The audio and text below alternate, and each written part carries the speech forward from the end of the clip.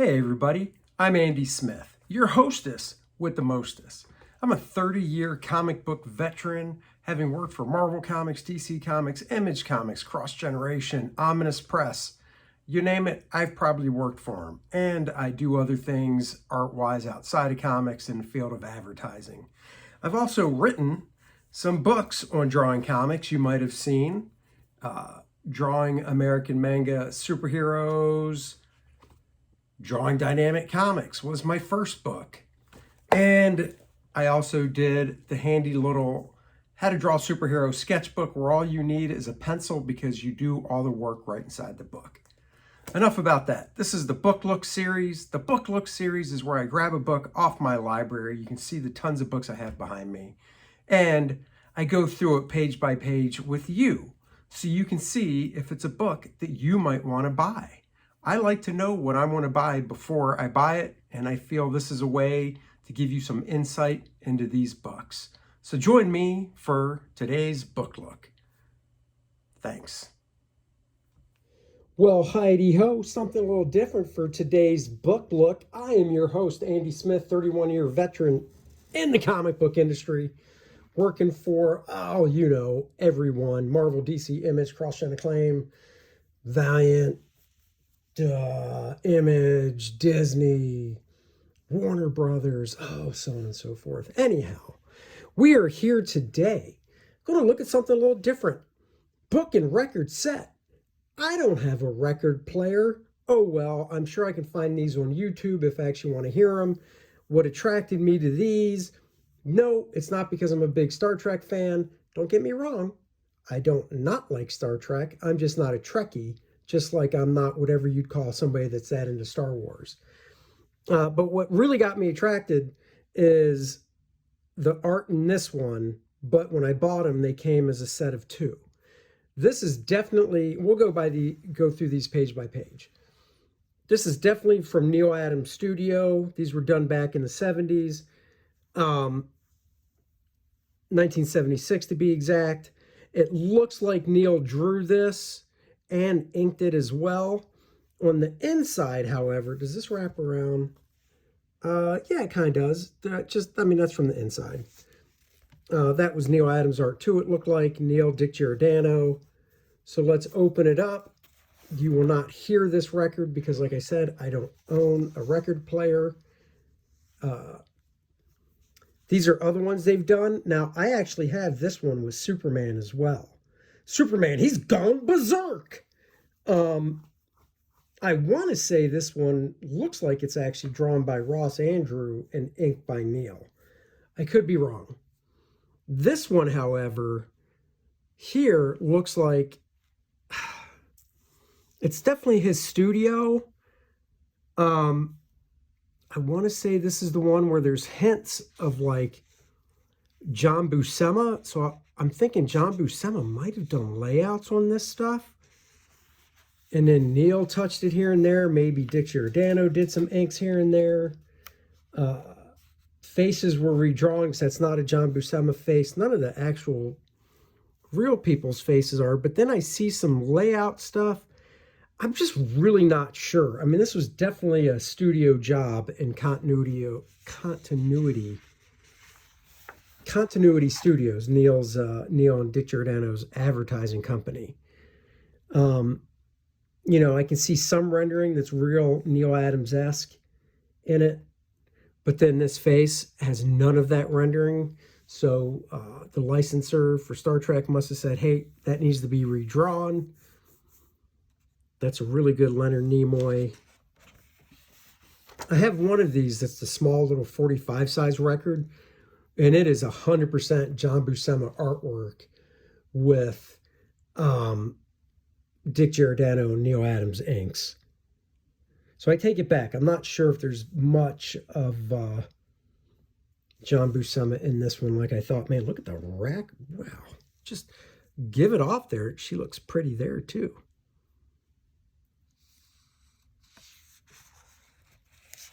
I'm not sure who was part of their studio back in that time period. I mean, I know guys like Larry Hama and Joe Rubenstein, Bob McLeod, Carl Potts. No, I don't know if Carl Potts did. Maybe he did. Anyhow, a lot of guys went through Neal's studio back then. Now, this is the second job in the book. There's 2 stories. This, my friends, is at least laid out. So that's the end of that job. New job, The Time Stealer. This is laid out for sure by John Buscema. I can tell by camera angles. John Buscema camera angle, the way the hands are drawn, the way some of the wrinkles are done here. That is very Buscema. I wouldn't be surprised if these faces are Neal. 100% Neal, or maybe his pencils and Dick Giordano inks. But this is John Buscema. The layouts are, the posing. That is a John Buscema face, big time right there, of a female, classic John. Probably didn't have to look like anybody, real person, so they were like, whatever. Keep the cast on model. We don't care about the other people. It's the way it always goes. That's a John Buscema face for sure. Same with that one. This one I'm not sure. This is John, but it looks like Neal went into the face. Barbarian that's in the story is all John drawn. So it's just very cool to see these differences. Like this is John Buscema pencils, it looks like, but with Neal Adams inks.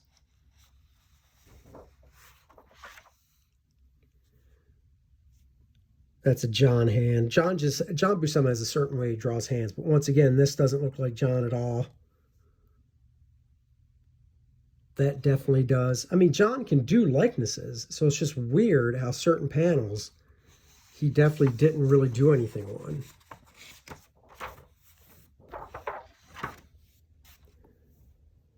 Total John Buscema, same with those profiles. And like I said, just the camera angles and the staging and stuff is very John Buscema. So I knew he did one story in here. And then that's it. And apparently the last panel of the story, they were like, yeah, just make it look kind of like William Shatner. Who cares? It's the last page. It doesn't matter anymore.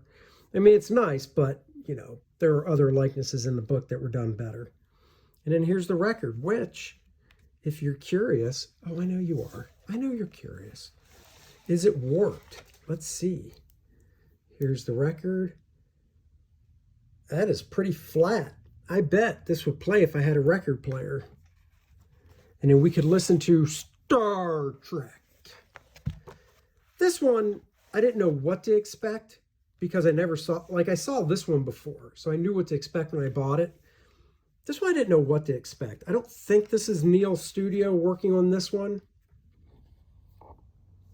The art's not bad. Actually, wait, once again, hold on. Hold the presses, pump the brakes. This is John Buscema. Again, this is a John Buscema face and camera angle, the hands.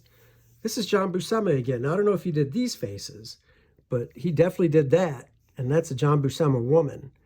So that's pretty cool. So let's see how much John did on this stuff, shall we? Let's get that. First panel, very John Buscema face. This is all looks like John Buscema. This looks more like Dick Giordano's inking than Neal Adams inking over John. Could be wrong, but that's the sense I get from looking at it.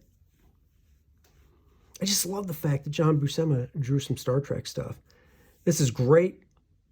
This has shades of Neal's coloring. I'm sure his studio did everything, so Neal probably went in and decided certain things. You don't see knockouts like this in new comics as much, which is a shame. I love that stuff. This is such a nice little figure of Captain Kirk leaned over here. I love the wrinkles and stuff.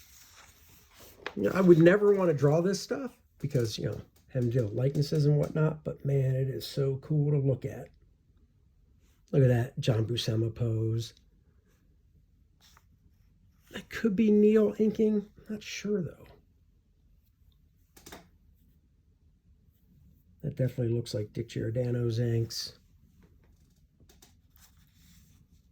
Dick Giordano, if you're curious, actually inked a few issues of Conan around the 40s issue number over John, which is very cool. Love that face right there. Look at that.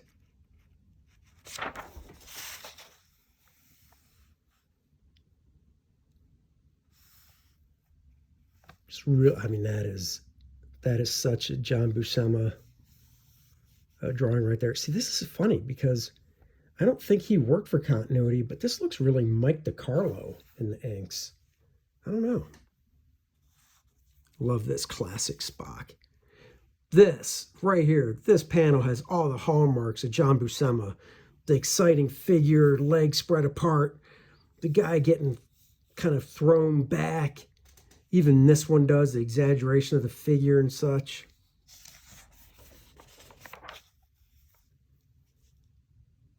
Classic John Buscema pose there. Same here with this woman, female figure. It's this story I was talking about. I don't know who did the art in this one. This one doesn't come across like stuff coming out of continuity. But I could be wrong. Well, maybe it was. Yeah. I'm assuming. No, you know what? I take it back. I don't know who drew this stuff. It doesn't look like John Buscema, but it looks like Dick Giordano's inks on a lot of this stuff. So somebody, it doesn't look like Neal's pencils either. But definitely Dick Giordano's inks. I love this hair. She has blonde hair, but it just looks real thick and flowing with the ink lines he did.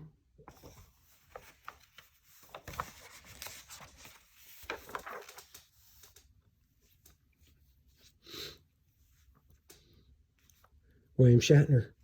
That's enough, Lieutenant. Keep monitoring all calls. Refer them to security. Hey, sir. Oh, sorry, that's a chick. Hey, sir. That was awful. But who cares? I'm not the voice actor. Oh, this beautiful shot right here. I wonder why they couldn't use Uhura. Uhura? You know who I'm... Oh, Uhura. That's not Uhura. Uhura was the black woman, I thought. Wait a second. Didn't she have her hair up like that too? No, I don't remember. But there's no way they meant to color this.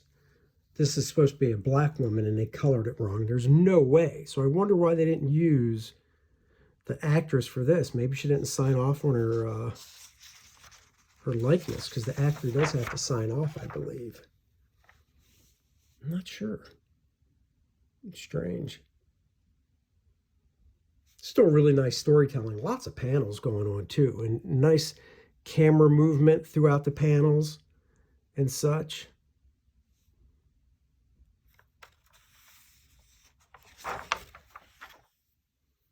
And there you go. This story ends with this blue babe. And if we know anything about William Shatner's Captain Kirk, he might get to know her better. Meow.